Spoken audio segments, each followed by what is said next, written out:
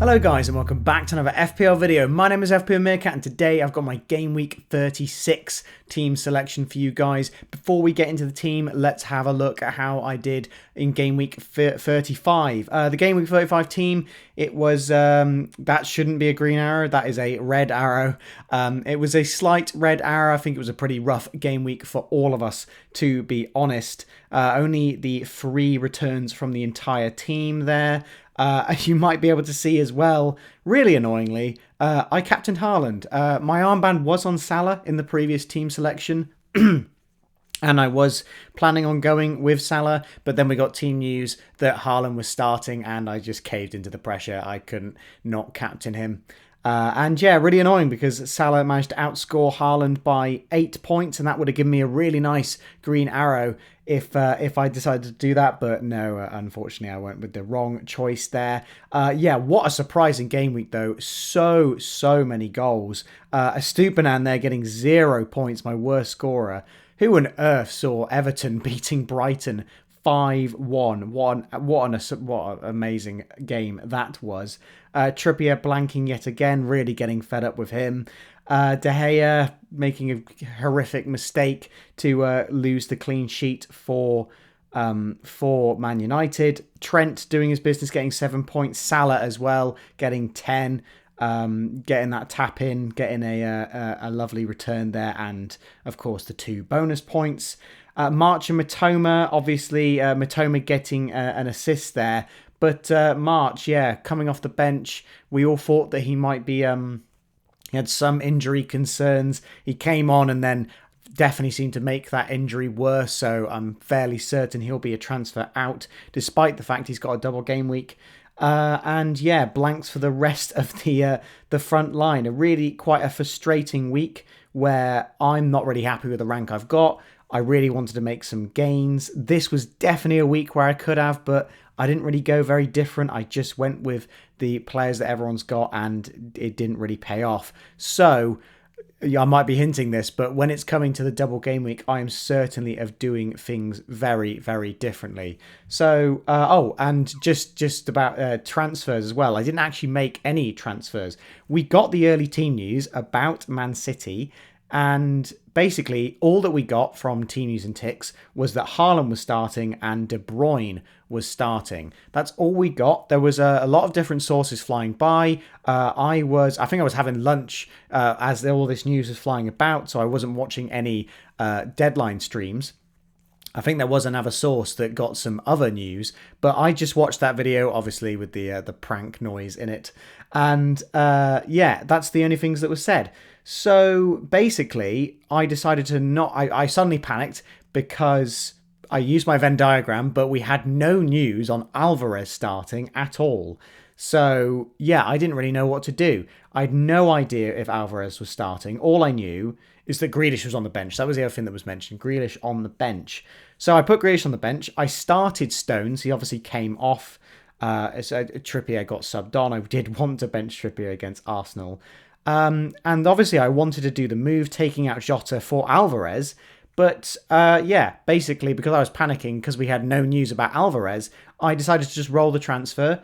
Funnily enough, Alvarez blanked and Jota ended up starting despite being injured, which is really funny. But he did blank as well. But I didn't lose the points from taking the hit, so I'll take that as a slight positive. But yeah, very well done for all you people who took the punt on Mahrez, who got 2 assists, and especially Gundogan. If there are any of you who went for Gundogan, certainly a really solid pick there. But moving on to the Game Week 36 team. So this is how the team looks currently. Obviously, March is going to be moved on. Even if we get news that he's okay, I think I'm going to move him on anyway. I don't think there's any chance he starts twice, and he was really struggling in that Everton game. So yeah, I think there's every chance that if he somehow does start, his injury could get worse. I really don't think I'm really not optimistic about him there. So yeah, this is how the team looks. I've currently got the armband on Matoma as well. I'm pretty set on that. I really like the looks of Salah and Haaland, to be honest, but Mitoma, I've just got a funny feeling that he's going to bounce back in this Arsenal and Newcastle game. I think Brighton are going to go all out. I think De Zerbi has mentioned that in his press conferences. He's really going to go for it, and I think Mitoma will definitely start both. As you can see, I don't have either of Wilson or Isak in my team. The plan is to get in Wilson. The reason why I'm not going for Isak is because his ownership is going to be through the roof. Everyone is going to be going for him. It's not because I think he's a bad pick. I think Wilson is a better pick personally, but I think everyone's going to be captaining Isak anyway. I don't want to captain him, so there's no point transferring him in because I want him to blank. And I've sort of had this epiphany about... I don't really... If I'm going to make ground for these last few game weeks, I'm going to have to go risky. I'm going to have to go against what the norm is. And I think that is transferring out some of the highest owned players in my team. So Trippier, I think, is going to be on the cutting block. Maybe not this week, but I've definitely considered benching Trippier purely because so many people have double Newcastle defence. All I'm hoping for from Trippier is an attacking return, and he's not been getting any of those. So there is potential to bench him. There's also potential to bench a Stupinan. I don't think Brighton will be keeping a clean sheet in either of those two games. And so the other players on the chopping block, Trippier, Rashford, I think, is on the chopping block as well. A couple blanks in a row. And I just think I can go a bit different with the midfield spot. I think that's where I'm going to be able to make the most ground. And of course, Haaland. Didn't think I'd be saying that, but I think I've accepted to myself, if I'm going to make any ground on and try and push for somewhere near the top 100k, it is going to have to involve selling Haaland and hoping he blanks, because he's going to be everyone's captain in game week 37. So if I have him in my team and I don't captain him, I'm going to want him to blank. So I'm going to just go for someone else who I think is going to score more than Haaland. So something that I've picked up on in the last few games, all over the block, is the number 10 role. A lot of good number 10s have been getting in the points. So that's kind of what my moves I'm planning on doing. And in terms of who I'm moving March to, Joe Willock is who I'm going to be moving March to. I haven't made the transfers early this time, just because I have enough money in the bank to make all of these moves pretty comfortably. I'm not really stretched for money in any way, and I would really benefit from just waiting for Friday's press conferences to absolutely finalise all of these. But yeah, so March will be going to Willock. Rashford will be going to Ødegaard. I know Ødegaard doesn't have a double. I know he's playing Brighton at home, but Ødegaard did incredibly well in the previous Brighton game, and he is playing in that number 10 role, and he's been really getting in the points in the last couple of game weeks. I just think he's going to do really well against Brighton. Also, Brighton's conceded 2 goals to Decore, who was playing in the number 10 role last time out. So I just really think they've got a weakness there. They seem to have a weakness in that midfield spot. So I think Ødegaard will be on the score sheet against Brighton, and he's going to be my transfer in, and I will be holding him for the rest of the season, despite the fact he's not got any doubles. I'm just going to have to play this differently. I can't really be going for too many of the obvious doubling players, because everyone's going to have them, and I need players in my team who, if they return, are going to seriously rise me up the ranks, and I just pray that the obvious picks blank. Fernandes, definitely someone I want to look into as well. Seems to be quite a differential.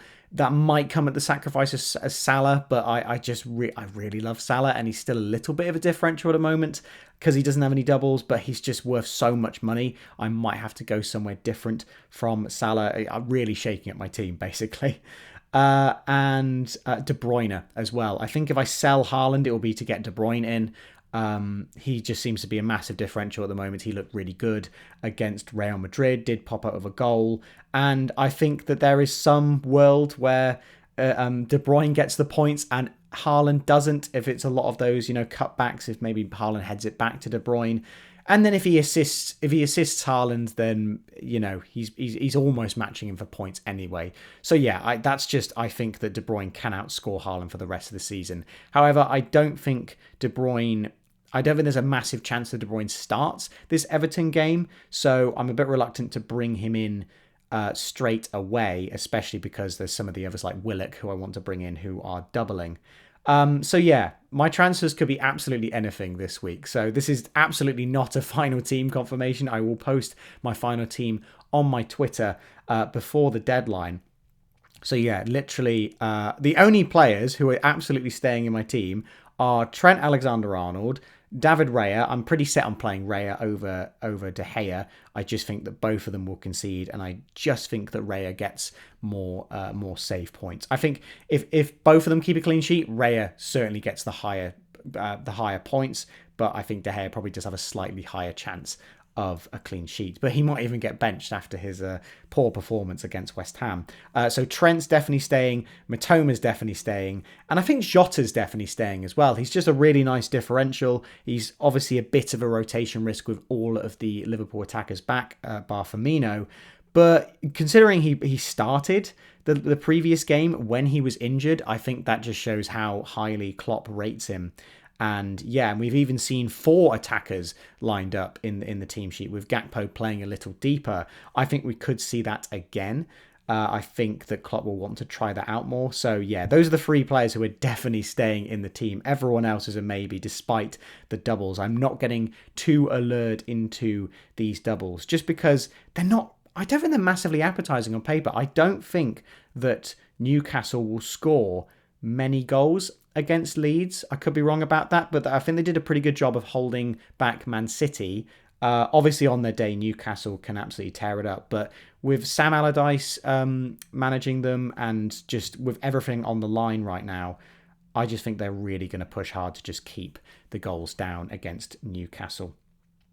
So yeah, a lot of different things I could potentially be doing this game week. Let me know the kind of differentials you're thinking about as well. So into actual transfers that I'll probably be making. So March to Willock is pretty much definitely confirmed. Rashford to Ødegaard is very close to being confirmed. And then basically it depends whether we get early team news about whether Wilson is starting. If we get no news, I will probably bring in Wilson anyway. If we get confirmation that Wilson is starting, I will bring him in, very likely for getting rid of Haaland. Yeah, take the risk on that. If we don't get any confirmation if we get confirmation that Wilson is on the bench, I will just keep Haaland in the team.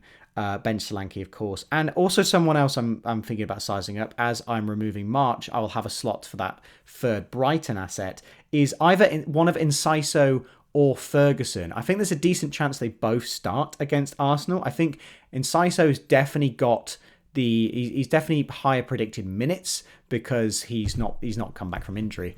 But Ferguson is certainly the more appetizing player. I think Enciso is probably my favorite out of the two. But with all the doubles coming up, I just don't know if there's any guarantee that Enciso plays even 2 of the next 4. It's all up in the air for Brighton. I think that's where I can take my risks if I just nail who's going to play. So yeah, a lot of things to consider there. I've even considered starting Solanke against Crystal Palace. That's a pretty decent fixture on paper. I just think Bournemouth are kind of a bit on the beach now. So yeah, I'm not too sure. Maybe I should start Solanke as well. And I'd bench Grealish. I'd bench Grealish if I did all of those moves. I would bench Grealish because I don't think he's going to start against Aston Villa. Everton. Sorry, he commented on how tired he was after the Champions League game, and he got a full rest in the previous one. I think Pep will absolutely want him for the next game. So yeah, I think Foden and Mahrez will be starting.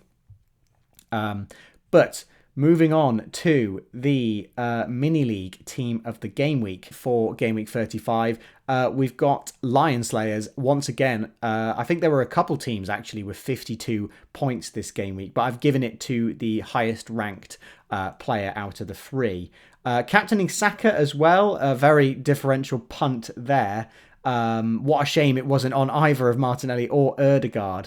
The triple Arsenal midfield I like so much. It's such a nice differential, and these are the weeks where it can really pay off. Despite the game week rank of 1 million, certainly a much higher score than most players this game week. I think if you got above 45, you had a pretty great game week.